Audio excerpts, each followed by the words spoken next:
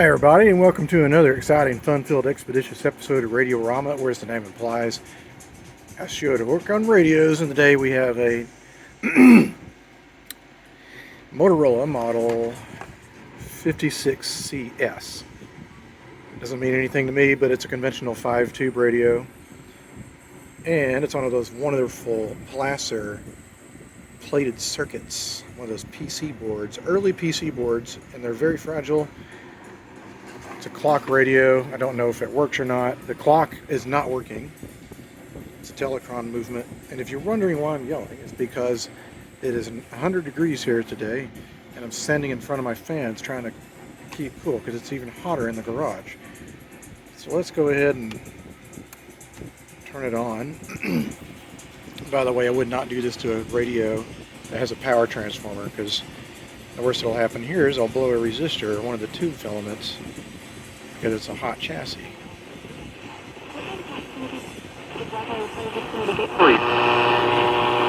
A 1C3 organization, and a few years since you filed your last tax return. Alright, that works pretty well. I don't want a chance damaging it, because even though it's working, probably a lot of the stuff, if not all of it, is original, and I wouldn't trust any of those leaky old capacitors that are in it right now. So we'll need to take the back off and the chassis out and desolder the old electrolytics and replace them with new, which is a very delicate process. Got a lot of oxidation of the plastics. That's easy to take care of. It could also be outgassing of the plastic if it was somewhere kept really hot, which if this was in an attic somewhere, would have done stuff like that. So let's take the back off and see what I think I'm going to find. Now, it's pretty much 100% original. It's even got the same era, same style marked Motorola tubes. It's got the original electrolytic. What is a little bit nicer about this one is that you can disconnect everything versus having to cut wires or remove the clock, which some models made you do, which is annoying. I think this even has the little spring clips in the front for the speaker, or the speaker could be attached as part of the PC board. I don't remember. I get a feeling it's probably just spring. There's probably just a spring contact. We'll need to remove that bolt that's holding the volume control in as well. There might be one in the front too, under one of the knobs, so I'll need to check that before I start loosening things. Look how nice and tidy this is. I can just take this whole thing out, and indeed the speaker it's got these little springs on it that make contact with these springs here. Interesting design. This is going to be a little bit easier because I can handle this a lot easier, but we're going to have to keep on saying we as if there's other people here besides me. All of these need to get detached, which means I need to use a solder sucker, which is exactly what it sounds like, a device for removing solder with suction. There's a little syringe, you just push a button, it gets the solder out. It's very important that you take your time on this, because these boards are brittle and so are the leads, and they will lift. And it looks like this has a lot of hours on it because we've got some darkening here underneath probably the output and the rectifier tube. But there's even some underneath this tube too, which is maybe the first audio. So just be aware of when you're working on this era of board. They're very brittle. That one didn't go as badly. I was able to pull that can out relatively easily. And we'll put these two new electrolytics in their place. The positives go here, and then the negatives go here. And you want to make sure that you bridge these outer ones together, because they were once part of the can, and the can itself is metal, so it served as the mounting point. So you need to make sure these all connect, and you can see I accidentally lifted a little bit of the lead. Again, it's very easy with these old boards. These do not laminate very well. Okay, so I replaced those two caps, and I have to make a confession here, which is I had a little tiny screwdriver on the bench and I forgot it was there. And this PC board was sitting on it, and I decided to test fire it. The problem is that my metered variac had an accident. I'll go into that later because it's embarrassing. But anyway, I don't have a variac right now, so I was like, well, I guess I'll plug it in. And I did, and it was like this bang! And like those sparks that blasted out from underneath it. And little bits of the PC board blasted off, so I had to resolder that. And now, oh wait, I guess it would work if I plug it in. Alright, and again, you're probably having to listen to this over the sound of my fan, but I mean, seriously, I was like, man, it feels really hot out here. I'm used to it being hot this time of year, but we broke records today. It has not ever been this hot this time of year. It's like October. Swift endorsement is important, but younger voters have been hugely influenced and concerned about issues. There we go. So there's 2 more caps to replace with these white guys. They're just ceramic or plastic tubes with paper sealed inside, so you should replace those. They're no good. It's if for just a radio restoration video, and it's like, alright, the radio works, and this will be a very short video, but as you who watch my channel will know, that's not all there is to this video. It'll be given audio input, the case needs to be cleaned up, and also the clock doesn't turn. And it's probably because that drum is probably frozen, but we can unfreeze it very easily. And if not, I have plenty of those sitting around as spares, because they're Telecrons, and they made them the same for 90 years, or however long they're in business. I guess not 90. Anyway, shut up. Let me get these 2 replaced. Welcome back. Day number, I believe, 2 of working on the Motorola Clock radio. It's been a few days, actually. I had a friend visit me from out of state. It's also hotter than hell here. It's been close to 100 degrees every day for about a week, so it's pretty hard working out here. I was going to work on my Plymouth a little bit, but it's just too hot. I can't go out in the sun. That's going to have to wait. So while I'm at it, might as well continue working on this guy. And by the way, this cord, this power cord, feels like it's bent over too far. That doesn't... Alright, well that's fine. There's no cracks in it. There's 2 more capacitors that need to be replaced on this. These 2 ceramic bodied guys. They need to be replaced as I turn on my overhead light so I can see better. I also want to reinforce a part of the board that I had to fix because it was leads lifting. I think what I'm going to do is run a jumper wire from here to there because I don't trust this delaminating material to hold up long term. Again, these boards are real fragile. You just have to be real careful with them, which I wasn't, which is why I messed up previously. And let's see. This says it has a 0.05 rated microfarad, and this one is, what does it say on the side? 0.03. And this might be, what is that supposed to do? That's the across the line cap, so I'll need to replace that with an actual across the line cap because this is not rated to hold up to that kind of voltage, and neither is the new one that I would have installed. So this will need to be an X2 Y2 across the line cap. Alright, all those other caps have been replaced, and works fine. And again, I don't really have my Variac to test things because I destroyed my Variac actually because I caught it on fire. Here it is. Don't ask how I did that. I'm going to fix it later, but stuff happens. So now that the baseline electronics are working, I need to figure out why the clock isn't working. And it's held in with these friction clips, and I think I'm going to have to pull that out to get the movement out, and also I can clean the cabinet better with all this taken apart. So let's remove that and get the clock working. Alright, so to remove these little clips, what I do is I get a tiny little screwdriver and I just pull up on one of the edges, if I can get my screwdriver underneath it, and I'm doing it one-handed, which is a bad idea. But anyway, what you want to do is lift up a little bit on one side, and you can pull it out. And when I do it, I usually will do so while putting my hand over it, because otherwise these can come flying out of there and then you'll lose it. So try to keep that from happening. Okay, so I've got those clips out. I'll put them in here for safekeeping. Now I'm going to pull the clock out, and there's just a little clip on this side. I'm going to pulls out.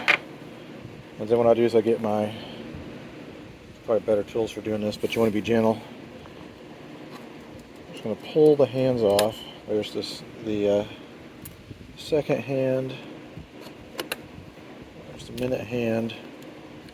There's the hour hand. And last but not least, the alarm hand. And now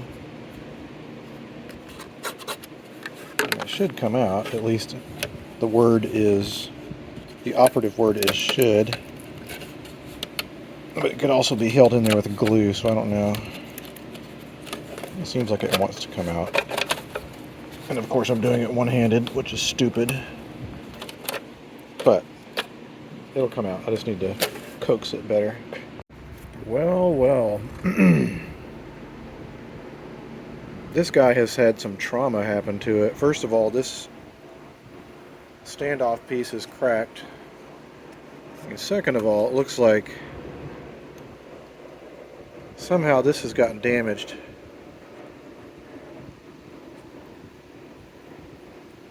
Now it appears that maybe the leads are okay. Let's see if I have any continuity there. But why that happened, I have no clue. That's unusual. Alright, so I pulled the rotor out, and it's easy. You just pull these two screws with their mounts, and I think what I'm going to do is put a little dab of super glue on that and hold it into place because I don't want that to crack. What I did is I also repaired the rip on the top here. I know it doesn't look very good, and yes, that's supposed to hang down like that because we've taken the rotor out.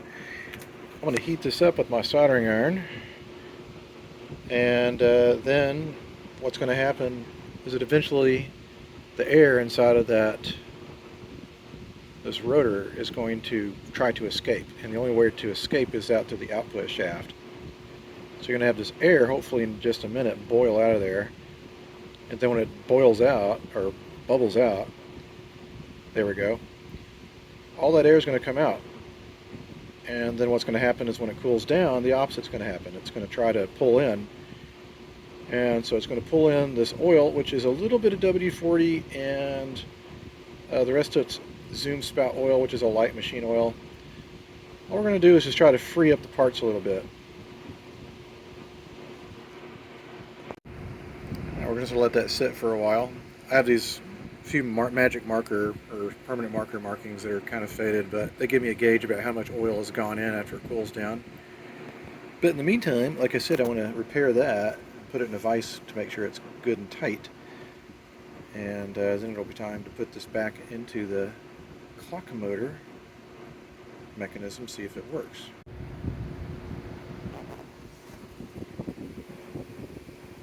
Alright, so we got the clock back together again. I was able again to repair the damaged coil, well, just the paper that was coming off of there, and I have lubricated the rotor and also super glued this plastic piece back together. It seems to be real stable.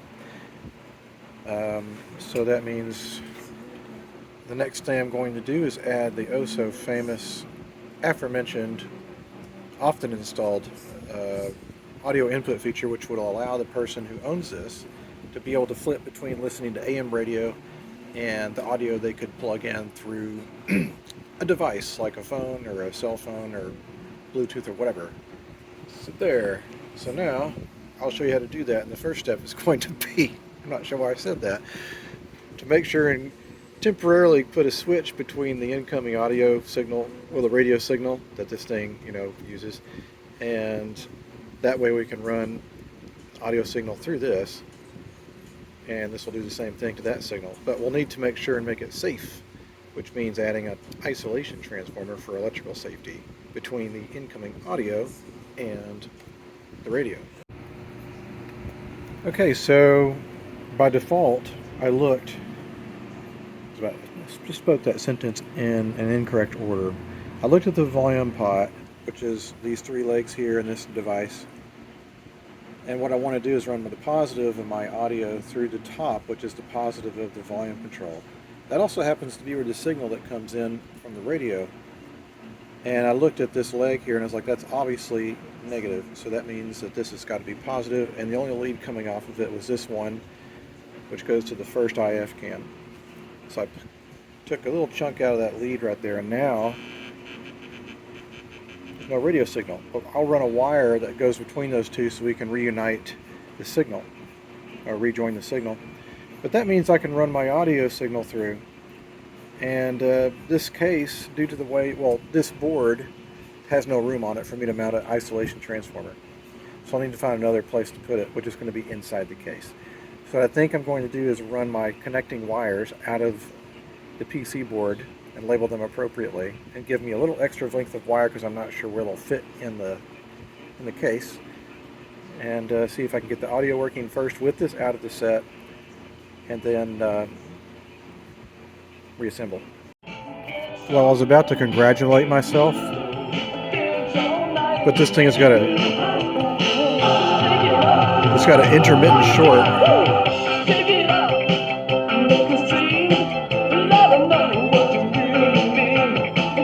There it goes. Now it's starting to fade again.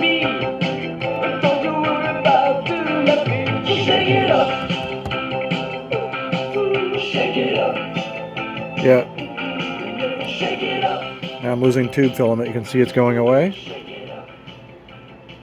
I think there is probably a lead in the board that is loose, because I wiggled the tube sockets and that doesn't do anything, but it seems all it takes is just a little poking and prodding, and usually it'll come back up, except it's not right now. The clock is still going. This is why I hate these boards. So I'm going to probably have to take that board out again and retouch up all the leads. Alright, what I'm doing is I'm touching up all the little solder connections here, because it's probably not showing up on the phone, but I can tell there's like some cracked sockets here, or cracked solder joints, so I'm just going to touch it all up. It's usually quicker just to do that instead of doing a few and testing it over and over again. Just takes a few minutes. Yeah, I know it's really inappropriate music. I just plugged in my phone. Anyway, I did a little torture testing. I've let it run here for a while, and it's now running reliably. So the problem was indeed in the board. It just had a faulty socket, or cold socket, whatever. I'm going to put the back on, and now it's going to be time to do the cosmetic buffing and cleaning before I do a final assembly.